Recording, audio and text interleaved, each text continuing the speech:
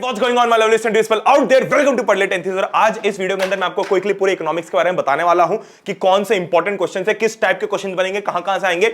Economics आपका already बहुत छोटा सा पार्ट है, पर सबसे ज्यादा तगड़े 20 नंबर आपको ये लाके देगा।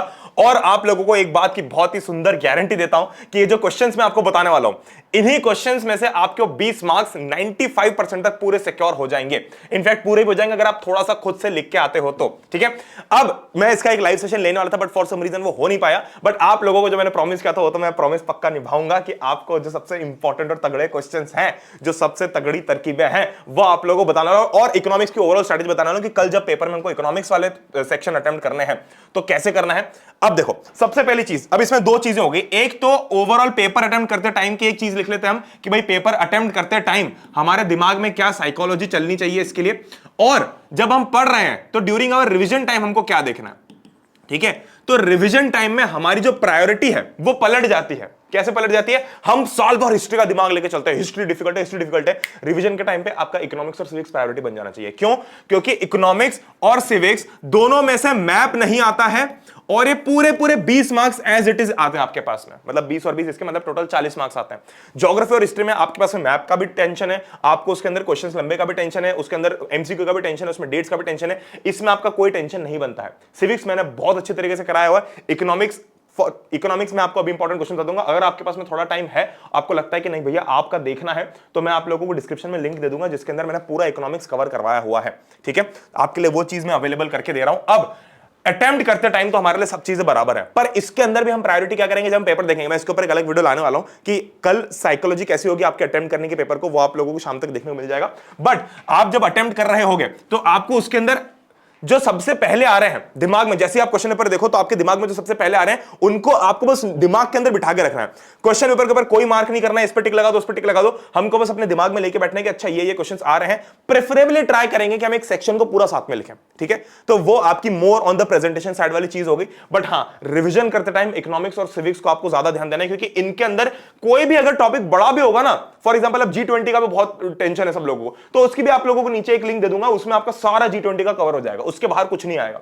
ठीक है, तो ये चीज ना आपके बहुत ज्यादा नंबर बचाएगी, टाइम बचाएगी, और आपका स्कोर ओवरऑल यही इंप्रूव करने वाला है।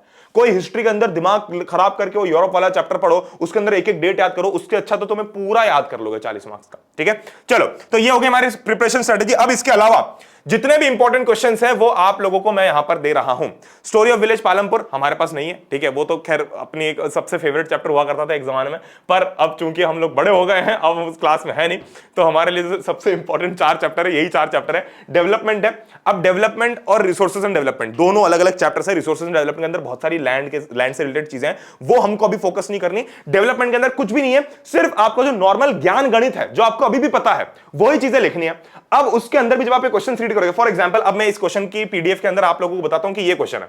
जब आप शॉर्ट आंसर टाइप क्वेश्चन पे जाओगे, 3 मार्क्स से जो स्टार्ट होता है, 1 मार्क्स के तो आप कर लोगे। ये जो बीच के मार्क्स वाले क्वेश्चन होते हैं ना, 1 मार्क्स भी हो जाता है, 5 मार्क्स भी हो जाता है। ये जो बीच के मार्क्स वाले होते हैं ना, जो मिड साइज क्वेश्चन होते हैं, ये सबसे ज्यादा दिमाग खराब करते हैं, क्योंकि इसके अंदर ये ऐसा कोड दे देते हैं और हमारा पूरा वहीं पे दिमाग खराब हो जाता है। क्यों? देखो, अब उसमें बोलते हैं consequences of environmental degradation do not respect national और स्टेट बाउंड्रीज।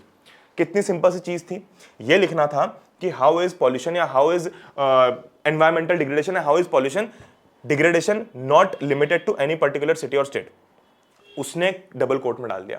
अब बस जो केस बेस्ड बोलते हैं ना, केस बेस्ड में होता कुछ नहीं, बस वो डबल कोट में डालकर तुमको बेवकूफ बना देते हैं।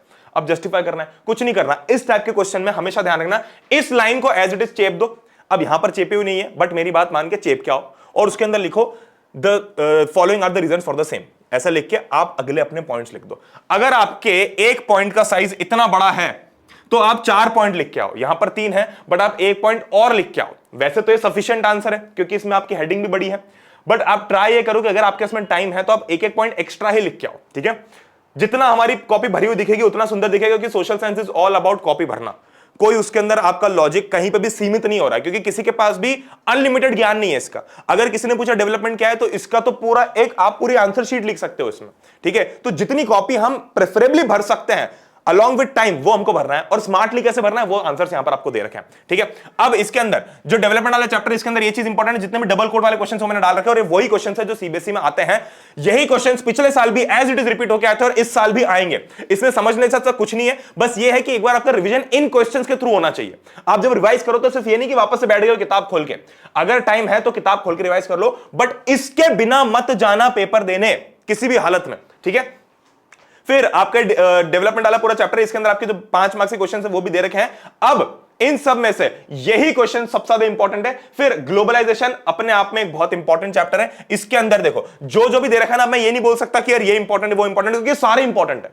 वो जो पूरी पीडीएफ में पढ़ाता हूं, जो पूरी स्लाइड्स में पढ़ाता हूं, उनमें से जो निचोड़ निचोड़ के बोलता हूं ना कि देखो ये इंपॉर्टेंट है ये इंपॉर्टेंट है, उन सभी को एक पीडीएफ में डाल रखा है, ठीक है। तो आप इसकी चाहे प्रिंट निकालो, कहीं से भी निकालो, आप डिस्क्रिप्शन में जाकर डाउनलोड कर सकते हो। प्रिंटेबल है, आपको जहां जहां से करना है आप वो सारी चीजें करवा सकते हो। ये सारी ही वो चीजें जो इंपॉर्टेंट है। अब इसमें कहीं ना कहीं तुम लोगों को जो सबसे इंपॉर्टेंट है ना, डिफरेंसेस जरूर करना है, ठीक है, डिफरेंसेस जरूर करना है। और एटलीस्ट अगर मान लो कि ऐसा होता है कि भैया बिल्कुल समय नहीं है, तो इसमें जो 5 मार्क्स के क्वेश्चंस हैं और जो डिफरेंसेस दिख रहे हैं वो करना है, ठीक है। डिफरेंसेस कैसे दिखते हैं, फॉर एग्जाम्पल अब जैसे कि अगर इसमें कोई डिफरेंस दिया हुआ है, इसमें भी कोई डिफरेंस नहीं है, इसमें भी एक डिफरेंस, इसमें डिफरेंसेस हमारे पास में एक डिफरेंस यहां पर है ग्लोबलाइजेशन वाले चैप्टर के अंदर, ये रहा एक डिफरेंस, ठीक है, ये रहा। अब अगर ये डिफरेंसेस या टेबल तुम लोगों को दिख रही है, ये करना ही करना है, और जितने भी 5 मार्क्स के सवाल है वो सारे कर लेना। हाई चांसेस आर कि उसके बाहर आपका कुछ भी नहीं बन के आएगा, ठीक है।